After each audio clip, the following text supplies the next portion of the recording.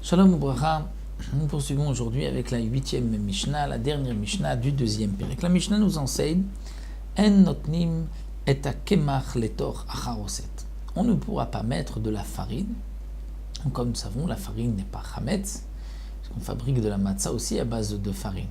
Le blé qui a été moulu, qui n'avait pas été auparavant trempé, la farine n'est pas chametz, mais on ne pourra pas mettre de la farine, les tor acharoset, dans du charoset. Qu'est-ce que c'est ce charoset? Ce n'est pas vraiment le charoset que nous connaissons, nous dit le Barthénora. C'est toute chose qui a un peu de vinaigre et d'eau. À l'époque, on trempait de la viande dedans. Donc là, on ne pourra pas mettre de la farine dans ce mélange, dans ce charoset, même si c'est un peu acide, parce que ça risque de fermenter. Ou on ne pourra pas non plus mettre dans de la moutarde, parce que la moutarde, qui est mélangée bien sûr, le grain de moutarde mélangé avec de l'eau, va aussi faire fermenter la farine. Veim natan, et si on a malgré tout mis de la farine, alors yochal miyad, on mangera immédiatement. On mangera immédiatement pour ne pas que ça devienne chametz. Dans quel cas on pourra manger immédiatement, précise le Barthénora, c'est uniquement si ça a été mis dans ces grains de moutarde qui ont été mélangés avec de l'eau. C'est là où c'est vrai que ça va fermenter, mais ça met quand même un peu de temps, et donc on pourra le manger immédiatement, manger cette farine.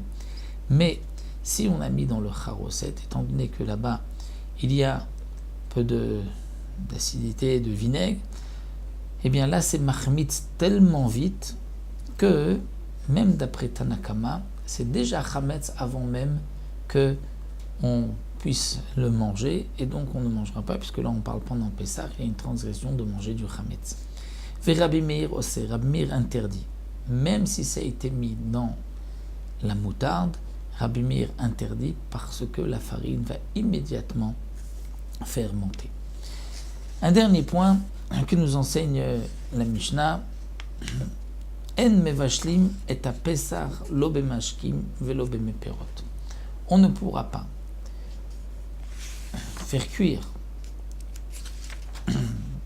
le korban pesar ni avec mashkin, c'est-à-dire des liquides, velo bemeperot, ni dans du jus de fruits. Pourquoi? Parce que la Torah nous a ordonné de griller le korban pesar et on ne pourra pas le faire cuire. Il y a une interdiction de le faire cuire.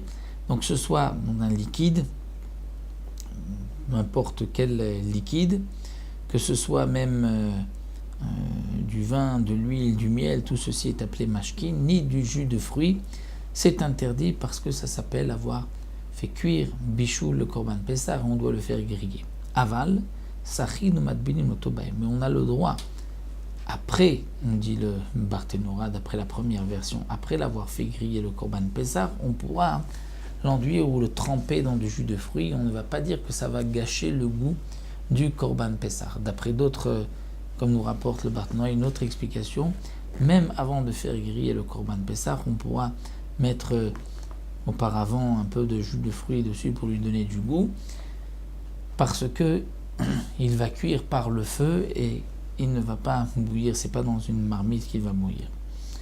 Le Tana termine Metashmisho shel nartom mishavechu. Le nartom, le boulanger, donc pendant Pessah, il va préparer de la matzah, du pain. Le pain pendant Pessah, c'est la matzah. De temps à autre, il devait se rincer, se laver les mains. Ce qu'il avait l'habitude, c'est Metashmisho shel nartom, c'est-à-dire de l'eau qu'il utilisait pour tremper ses mains au moment où il frappait la pâte. Eh bien, il shafechu. Ces eaux vont devoir être versées, mipnei shen machmitzin, parce que si on laisse cette eau stagner, elle risque ensuite de devenir chametz, étant donné qu'il y a des restes de pâte dans sa main, de farine. Donc il faudra verser cette eau dans un endroit qui est en pente, afin qu'il n'y ait pas donc un endroit où se retrouve cette eau. Il faut que tout de suite l'eau soit absorbé par le sol, parce que s'il met un endroit où il y a de l'eau qui stagne, qui pose, Cette eau va devenir très vite chametz, étant donné que le nartom avait dans ses mains des restes de pâte de farine.